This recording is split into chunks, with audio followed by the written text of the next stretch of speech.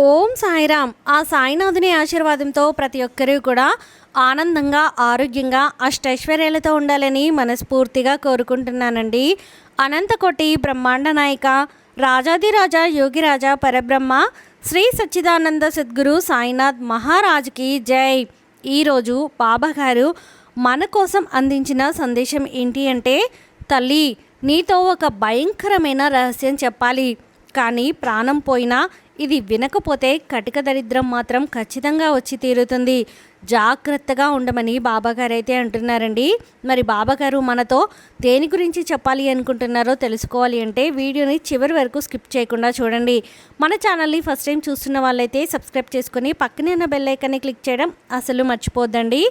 ఓం సాయిరామ్, ఓం సాయినాథాయ నమః అని కామెంట్ చేయడం కూడా అసలు మర్చిపోకండి.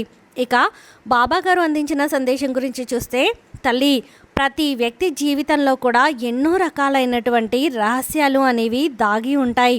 అయితే నీకే తెలియనటువంటి ఒక భయంకరమైన రహస్యాన్ని చెప్తాను. ప్రాణం పోయినా కానీ నేను చెప్పే ఈ యొక్క రహస్యాన్ని నీ జీవితంలో నీ ఎదుగుదలకు ఉపయోగించుకోవాలే తప్ప ఇది మరిస్తే మాత్రం నువ్వు కటిక దరిద్రం అనేది అనుభవించాల్సి వస్తుంది. జాగ్రత్త. ఎందుకు ఇలా జాగ్రత్త అని చెప్పి హెచ్చరించి చెప్తున్నాను అంటే, నువ్వు నా బిడ్డవు తల్లి. నా బిడ్డ ఎప్పుడూ కూడా సంతోషంగా ఉండాలి, ఆనందంగా ఉండాలి, ఎప్పుడూ ఒక గొప్ప స్థాయిలో ఉండాలి అని చెప్పి కోరుకునే వ్యక్తులలో మొట్టమొదటగా నేనే ఉంటాను అని చెప్పి నువ్వు మరవకూడదు. ఎందుకు ఇలా ఏది చెప్పినా కానీ బాబా ఈ విధంగా చెప్తున్నారు అని చెప్పి నువ్వు నన్ను ప్రశ్నించవచ్చు. తల్లి ఎప్పుడైనా కానీ ఒక బిడ్డ సరైన మార్గంలోకి వెళ్ళనప్పుడు తమ తల్లిదండ్రులు కొట్టి ఒక దెబ్బ వేసి తన యొక్క బిడ్డ నడవడికను మంచి మార్గం వైపు నడిచేలా చూస్తారు. అలాగే ఈ రోజున నువ్వు తప్పుడు మార్గాన్ని ఎంచుకున్నావు. ఈ యొక్క తప్పుడు మార్గంలో నువ్వు తెలిసో తెలియకో అడుగు పెట్టావు.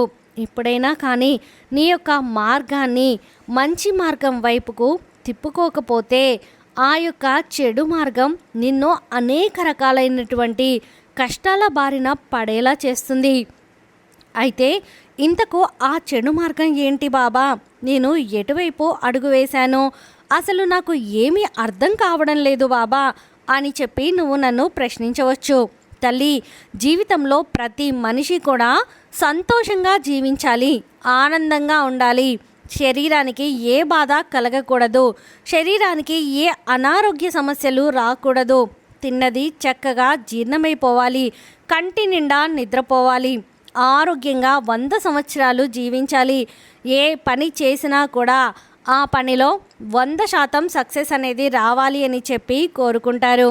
కానీ ఇప్పుడు ఉన్నటువంటి జీవనశైలిలో ప్రతి వ్యక్తి కూడా వారిని వారు మోసం చేసుకుంటూ వారి యొక్క జీవనశైలికి అన్యాయం చేస్తూ బ్రతుకుతున్నారు.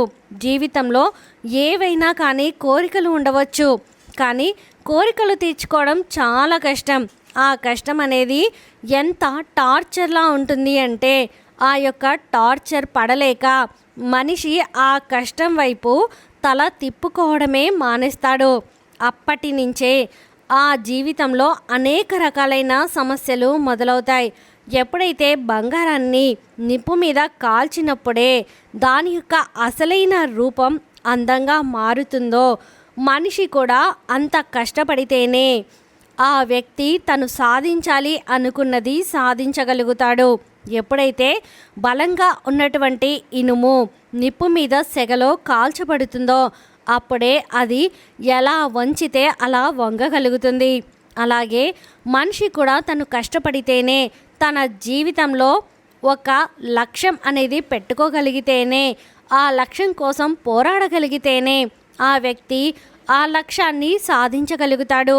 తల్లి అలా కాకుండా నువ్వు నీ జీవితాన్ని నీకు నువ్వే మోసం చేసుకుంటూ, నీకు నువ్వే అన్యాయం చేసుకుంటూ, నిన్ను నువ్వే నొప్పించుకుంటూ, నిన్ను నువ్వే బాధ పెట్టుకుంటూ నువ్వు ఆ యొక్క నరకప్రాయకమైనటువంటి జీవితాన్ని, జాతకాన్ని నీకు నువ్వే రాసుకుంటున్నావు. ఎందుకు ఇలా చెప్తున్నాను అంటే కనుక, నేను నీకు ఇప్పుడు ఒక భయంకరమైన రహస్యాన్ని చెప్తాను. అది ఏంటి అంటే కనుక, తల్లి నువ్వు కష్టపడడం మానేశావు. అలాగే నువ్వు జీవితంలో ఒక లక్ష్యం వైపు ఏ రోజు కూడా అడుగు పెట్టడం లేదు. ఈరోజు గడుస్తుంది కదా, ఈరోజు తింటున్నాను కదా, ఈరోజు చేతిలో రూపాయి ఉంది, నచ్చినట్లుగా బ్రతుకుతున్నాను కదా, సరదాగా ఉంటున్నాను కదా, పడుకుంటున్నాను కదా అని ఆలోచిస్తున్నావు. కానీ నీ యొక్క ఆరోగ్యాన్ని అక్కడ నిర్లక్ష్యం చేసుకుంటున్నావు. ఏదైతే తినకూడని పదార్థాలు ఉంటున్నాయో వాటిని తింటున్నావు, తాగుతున్నావు. ఏదైతే నీ లక్ష్యం కోసం చేయాల్సినటువంటి పని ఉందో ఆ పనిని, ఆ లక్ష్యం కోసం కష్టపడకుండా రేపు చేద్దాములే, ఎల్లుండి చేద్దాములే, 4 రోజులు రెస్ట్ తీసుకొని చేద్దాములే అని చెప్పి ఆ పనిని నిర్లక్ష్యం చేయడం మొదలుపెట్టావు. అలాగే శరీరానికి ఎటువంటి శ్రమను అలాగే వ్యాయామాన్ని ఇవ్వకుండా ఆ శరీరాన్ని కూర్చోబెట్టి పడుకోబెట్టి రోగాల బారిన పడేటట్లుగా నీకు నువ్వే నీ శరీరాన్ని సిద్ధపరచుకుంటూ ఉన్నావు. అలాగే సమయాన్ని అనవసరంగా టీవీలు చూడడం, ఫోన్ చూడడంలో ఉపయోగించుకుంటూ ఉన్నావు. ఇలా నీ జీవితాన్ని నువ్వే నిప్పుల గుండంలోకి నెట్టివేసుకుంటున్నావు. చివరికి నిన్ను నువ్వే పతనం చేసుకుంటున్నావు. ఇలా పతనం చేసుకుంటున్నావు అని చెప్పి నీకు నువ్వే తెలుసుకోలేనటువంటి రహస్యంలో పడిపోతున్నావు. కాబట్టి ఇంత కటిక దరిద్రాన్ని అనుభవిస్తూ ఉన్నావు. తల్లి, ఎప్పుడైనా మనిషి కష్టపడి ఫలితాన్ని ఇవ్వమని భగవంతుణ్ణి అడగాలి. అలా కాకుండా నేను చక్కగా తింటాను, నాకు తిన్నది అరిగిపోవాలి, నేను చక్కగా పడుకుంటాను, నాకు మంచి ఆరోగ్యం కావాలి, నేను ఏ పని చెయ్యను, కానీ నాకు జేబుల నిండా డబ్బులు ఉండాలి అంటే భగవంతుడు ఇస్తాడా చెప్పు?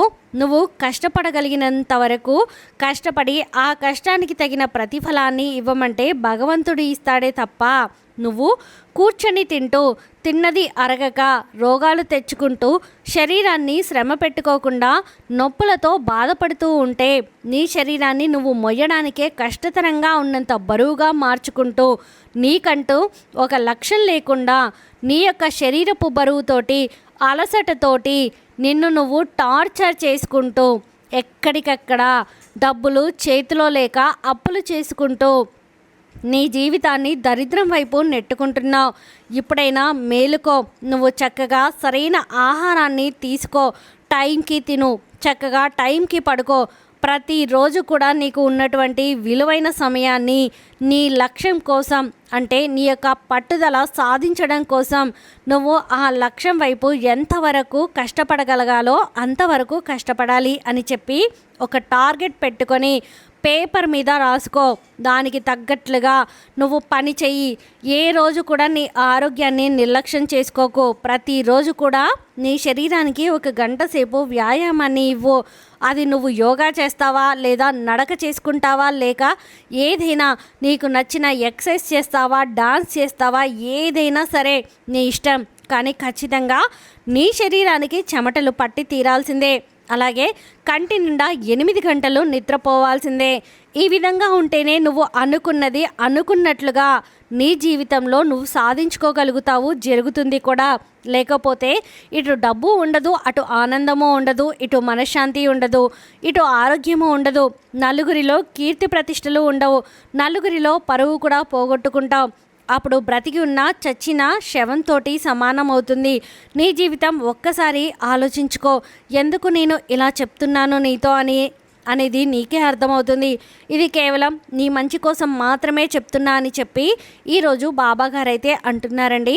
మరి ఈ వీడియో మీకు నచ్చితే ప్లీజ్ లైక్ చేయండి. మరికొంతమంది సాయి భక్తులకు వీడియోని షేర్ చేయండి. ఫస్ట్ టైం మన ఛానల్ని చూస్తున్న వాళ్ళు సబ్స్క్రైబ్ చేసుకుని పక్కనే ఉన్న బెల్ ఐకాన్ని క్లిక్ చేయడం అసలు మర్చిపోద్దండి. సర్వేజన సుఖినో భవంతు. ఓం సాయిరామ్.